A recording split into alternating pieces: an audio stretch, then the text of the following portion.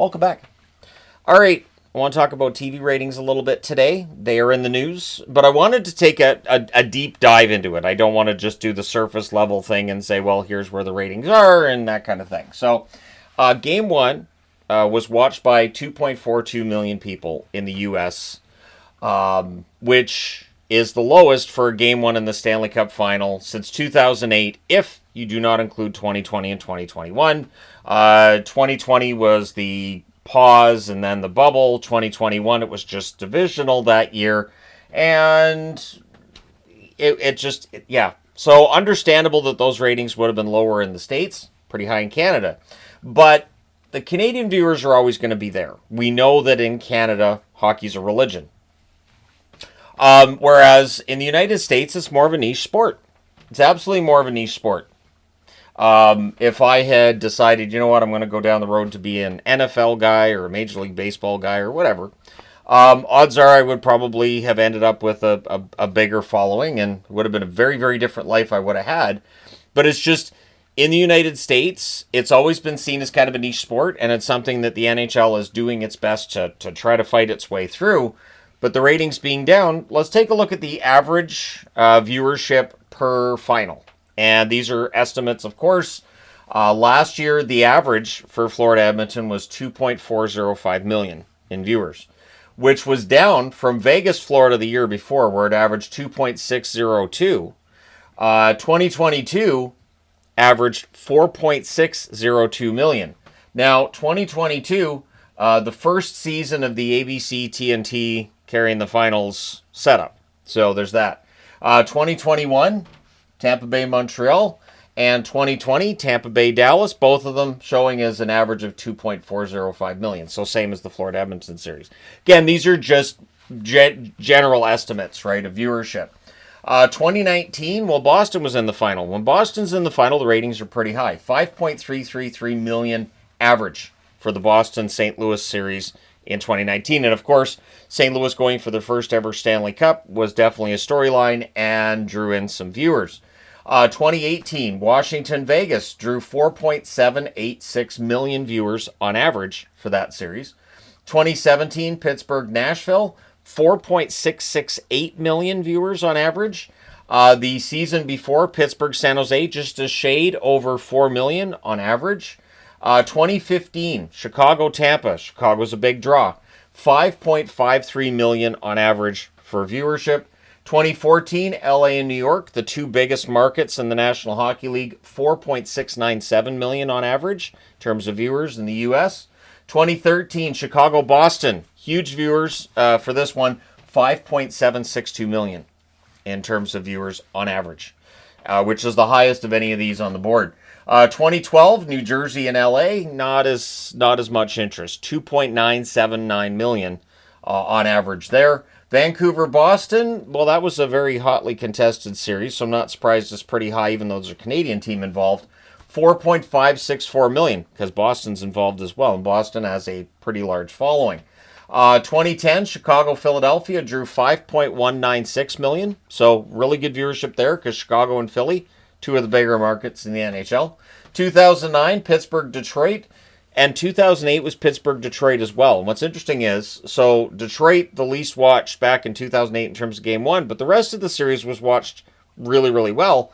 2008, the viewership, 4.345 million on average. And then the following season, when Pittsburgh got their revenge, 4.905 million on average. So having a rematch helped. Maybe we see a jump for Game 2. Although, the question I would have is, so if the Oilers end up pulling this off, does that draw in more American viewers? If Florida ends up coming back and winning the series, does that draw in more American viewers? So I think that's a worthy question to ask. I do understand that Canadian teams draw less, thus the 20% drop from last year's partly explained there. Another explanation was that last year the conference finals went to 6 games. This year they went to 5. It wasn't quite as tense, and so it's harder to get viewers to watch. 2007, Ottawa and Anaheim, not very many people watched that. 1.735 million on average, that Stanley Cup final. And then back in 2006, Carolina and Edmonton enjoyed by 2.78 million on average. What's interesting with this is, over the last almost 20 years now, we haven't seen like a really appreciable difference. This is also where I will acknowledge that a lot of people have cut the cord, and so cable ratings aren't as important as they used to be, but they're still important. Gary Bettman downplayed this at the presser when they asked him about the ratings being down. He's like, yeah, it'll be fine. It'll all even out. And it kind of does, but I do wonder that if you're ESPN, Disney, ABC, TNT, and you have this contract, and if the viewership is dropping off, doesn't that drive down how much the next contract is going to be? And that's something the NHL would have to consider, I would think.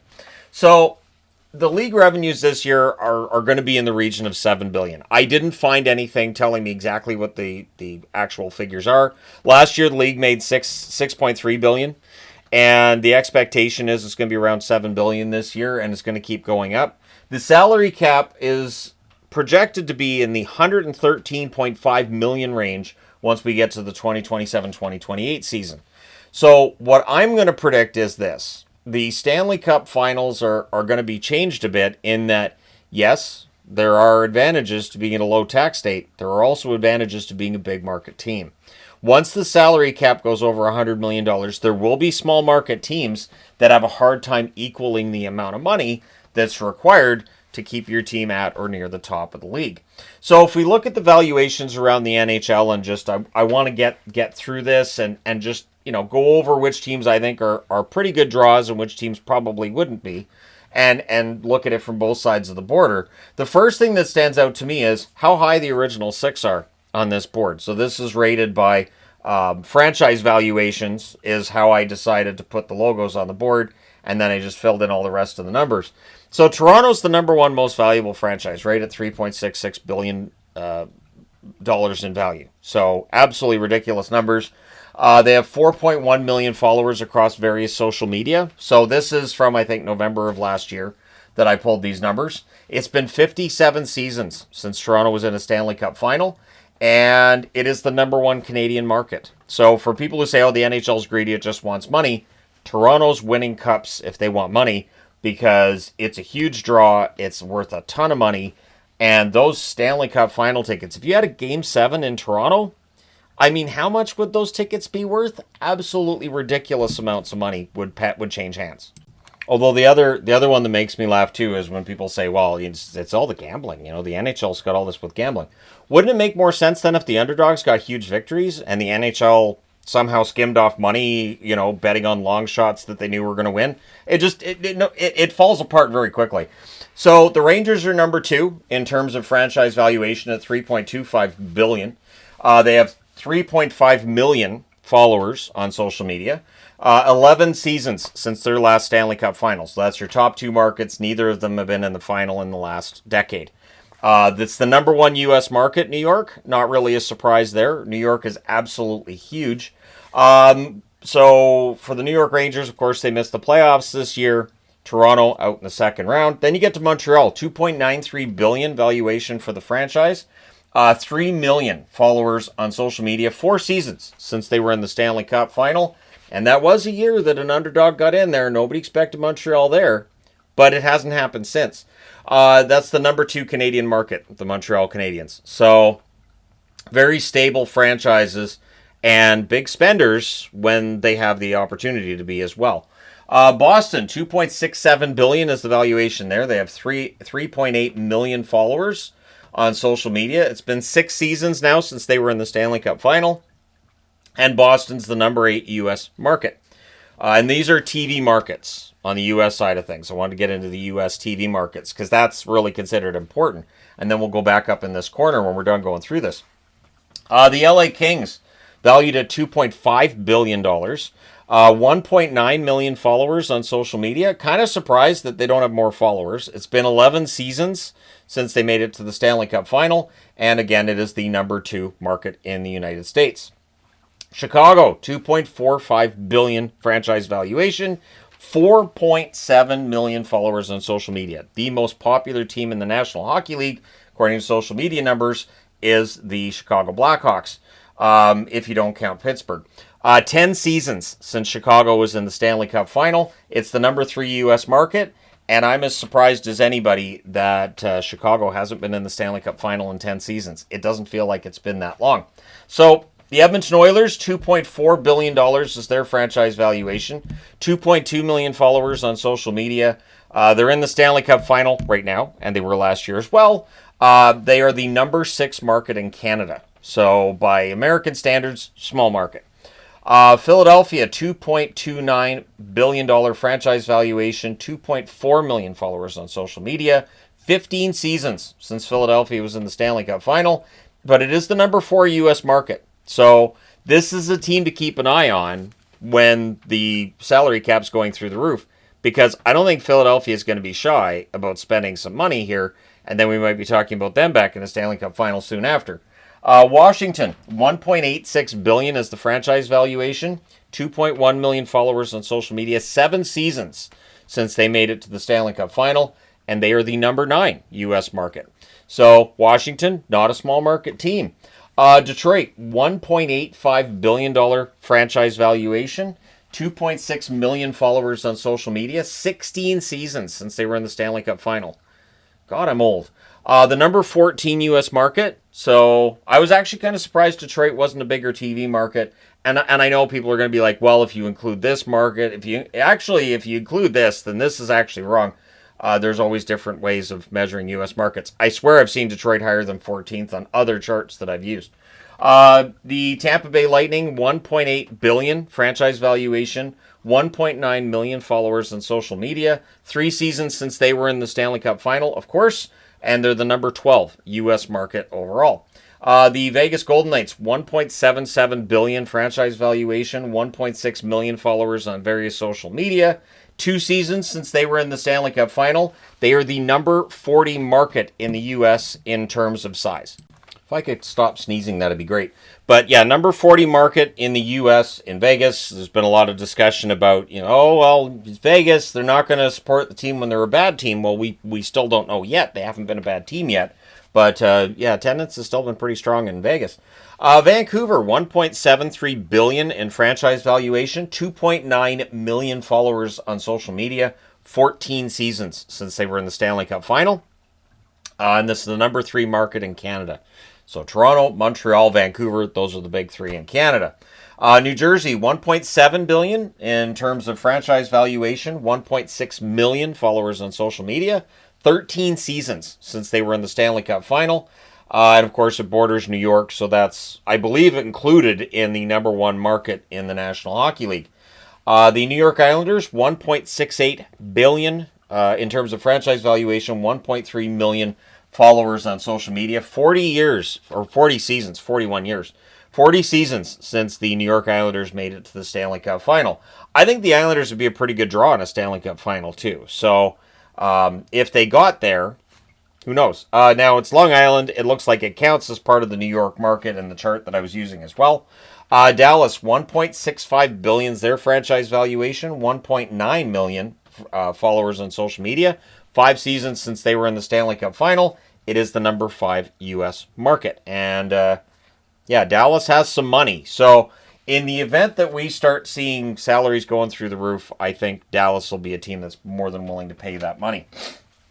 Minnesota, $1.6 billion even in terms of their franchise valuation and 1.6 million followers on social media.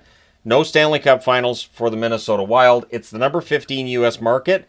I think Minnesota would be a decent draw if they got into a Stanley Cup final, just because I think it's well known around sports that Minnesota's had their struggles for victories. Understanding the Minnesota Frost are like, but we have 2 Walter Cups. I understand. Calgary, $1.58 billion is their franchise valuation.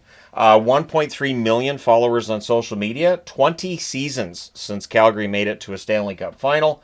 And they are the number 5 market in Canada. So Calgary just ahead of Edmonton in terms of market size in Canada, showing that Edmonton has a small market by almost any standard, but they have a good building, they have a good setup, and rabid fans who are just absolutely willing to spend the money no matter how bad the team might have been in the past. There's never been any wavering in the support for the Oilers from the community. Colorado, $1.57 billion is the franchise valuation, 1.7 million. is the number of followers on social media. 3 seasons since Colorado was in the final, of course, when they won their last cup. It's the number 17 market. Number 17 TV market in the U.S. is Denver. So Colorado, by NHL standards, mid-size. I would say mid-size. Pittsburgh, $1.47 billion is their franchise value, but 4.9 million followers on social media. So Pittsburgh's popular because Crosby, right? Crosby, I think, is a big driver of that. And just Pittsburgh's had a lot of success over the years, so that helps too. 8 seasons since they were in the Stanley Cup final. Doesn't feel like it. The number 28 U.S. market. So 28th in terms of size, Pittsburgh being small market. Not a surprise to anybody. Seattle, $1.46 billion was the franchise valuation in November. 1.3 million followers on social media. Of course, no finals appearance for Seattle as of yet. It is the number 13 ranked U.S. market. And my guess is they'll be big spenders when we get to that really high salary cap. San Jose, $1.42 billion franchise valuation, 1.5 million followers on social media. 9 seasons since San Jose last made the Stanley Cup final. And that Stanley Cup final, a little over 4 million in terms of overall views, or average views, I should say. Number 10 ranked U.S. TV market, San Jose, which includes Oakland and San Francisco as well. So, yeah, San Jose absolutely could drive some ratings if they put this together well with Celebrini and whoever they draft this year. And who knows, maybe we'll see San Jose back in a cup sooner rather than later. The Nashville Predators, $1.32 billion is their franchise valuation. 1.1 million followers on social media, one of the lower numbers on the board. 8 seasons since they were in the Stanley Cup, so same as Pittsburgh. The 26th ranked U.S. TV market is Nashville. St. Louis, $1.3 billion franchise valuation, 1.6 million in terms of followers on social media. 6 seasons since they were in the Stanley Cup final, so same as Boston. The number 24 ranked U.S. TV market, but St. Louis is very stable, and they're a team that we know is going to be willing to spend money, no matter what that salary cap ends up being.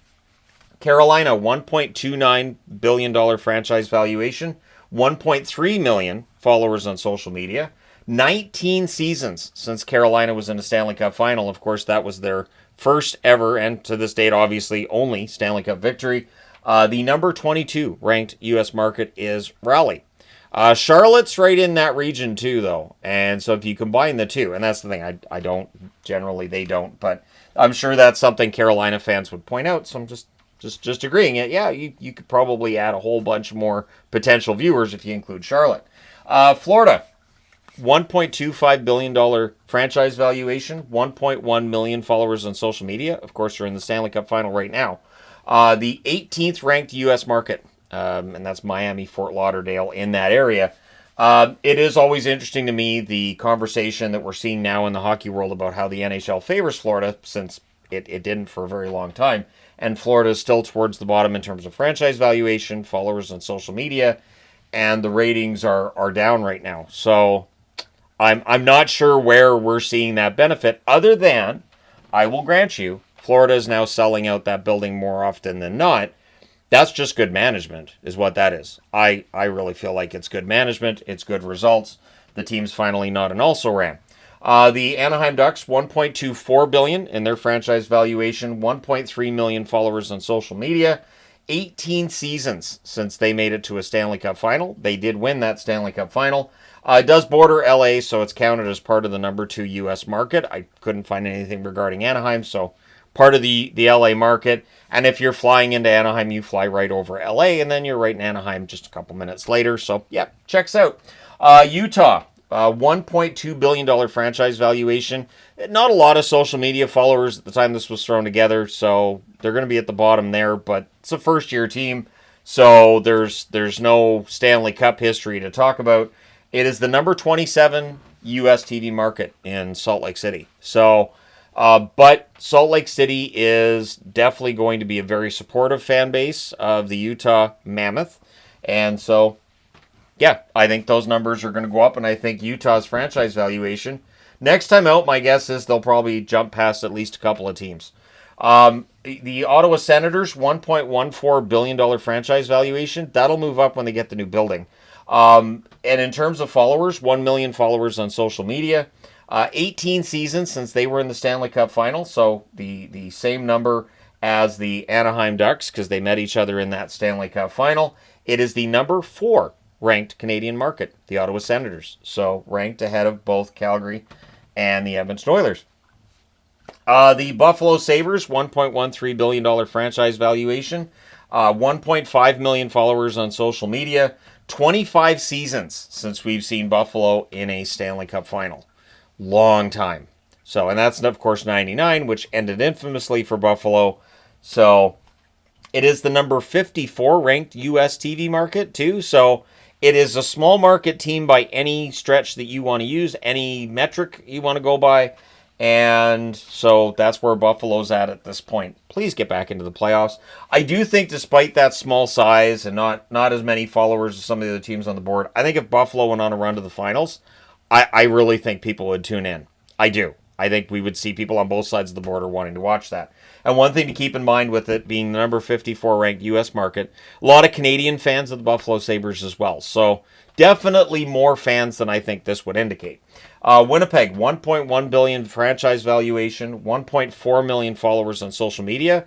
This franchise has never made it to a Stanley Cup final.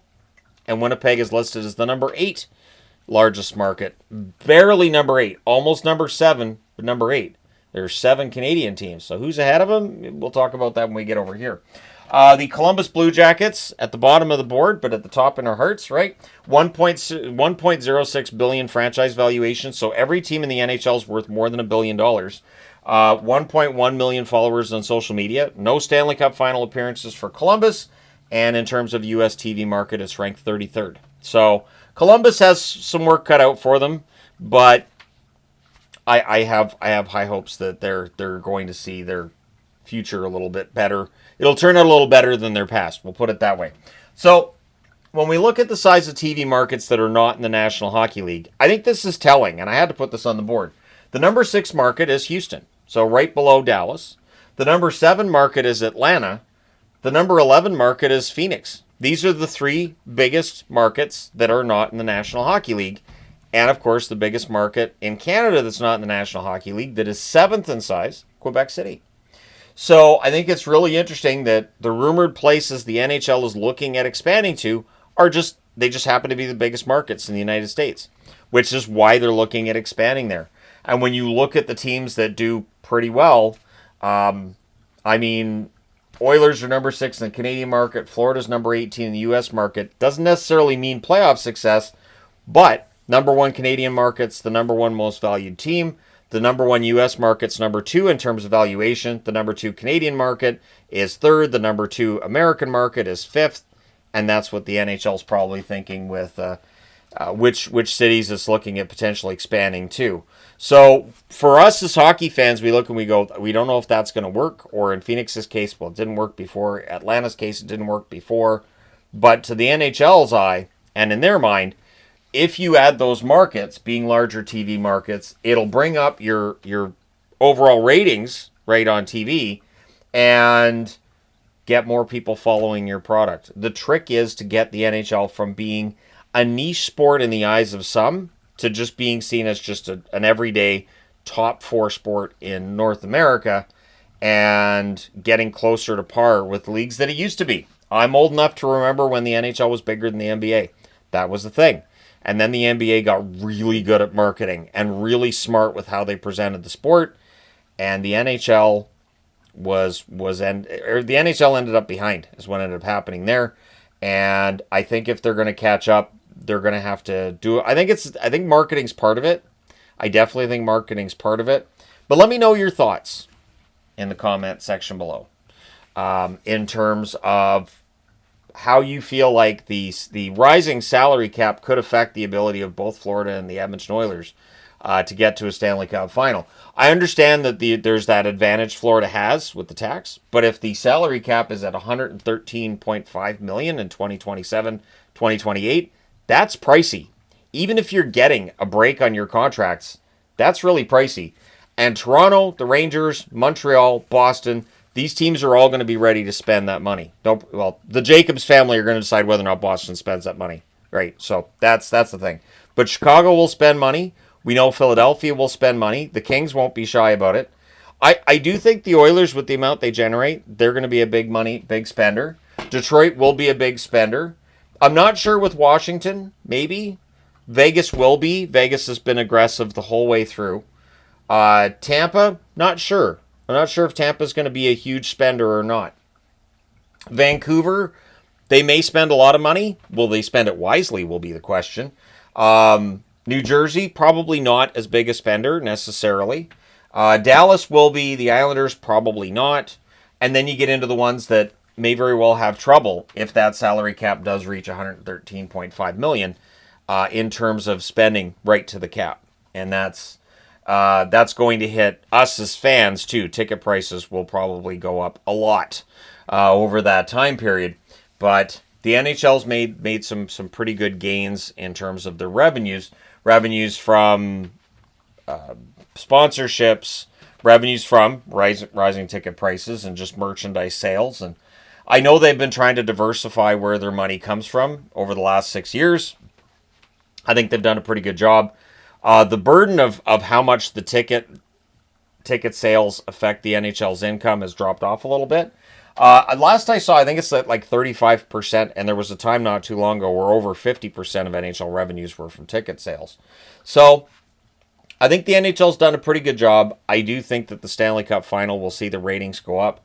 But let me know your thoughts as to how the NHL could generate more interest on the American side and how much the rising salary cap could have an effect on some of these teams and their ability to stay competitive and look at potential Stanley Cup run or not. There's going to be teams that just cannot afford, and they're going to have to be spending their money smart rather than just spending all of it. So let me know your thoughts in the comment section below. Hit like and subscribe in the event you have not done so already. Thank you guys so much for all your support as always. I will talk to you again soon.